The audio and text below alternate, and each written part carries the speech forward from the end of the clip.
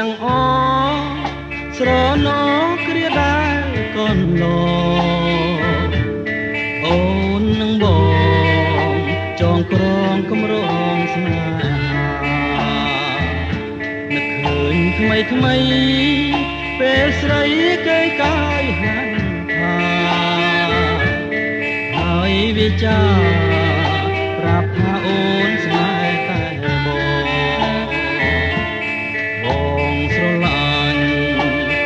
ឡាញ់ហើយសែនអាណិតអាសូរចិនអាសូរជីវិតលូនឡបងនឹងថា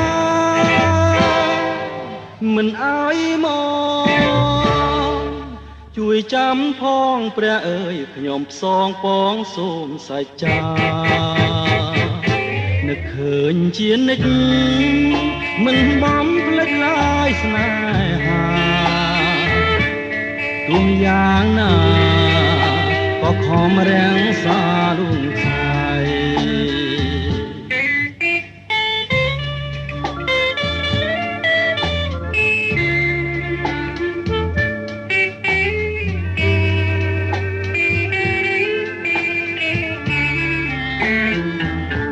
នឹកឃើញទាំងអស្រណោគ្រាដែលកូនឡអូននឹងបងចងក្រងគម្រោងស្នេហា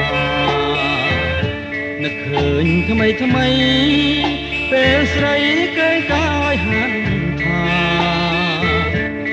ហើយវិចាប្រាប់ថាអូនស្នេហ៍តែបងស្រឡាញ់ហើយសែនអាណិតអាសូរចិនអាសូរជីវិតលូនឡបងនឹងថាមិនអើយមកជួយចាំផងព្រះអើយខ្ញុំផ្សងពងសូមសច្ចានឹកឃើញជានិច្ចមិនបំភ្លេចឡើយស្នេហាទោះយ៉ាងណាក៏ខំរាំងសាល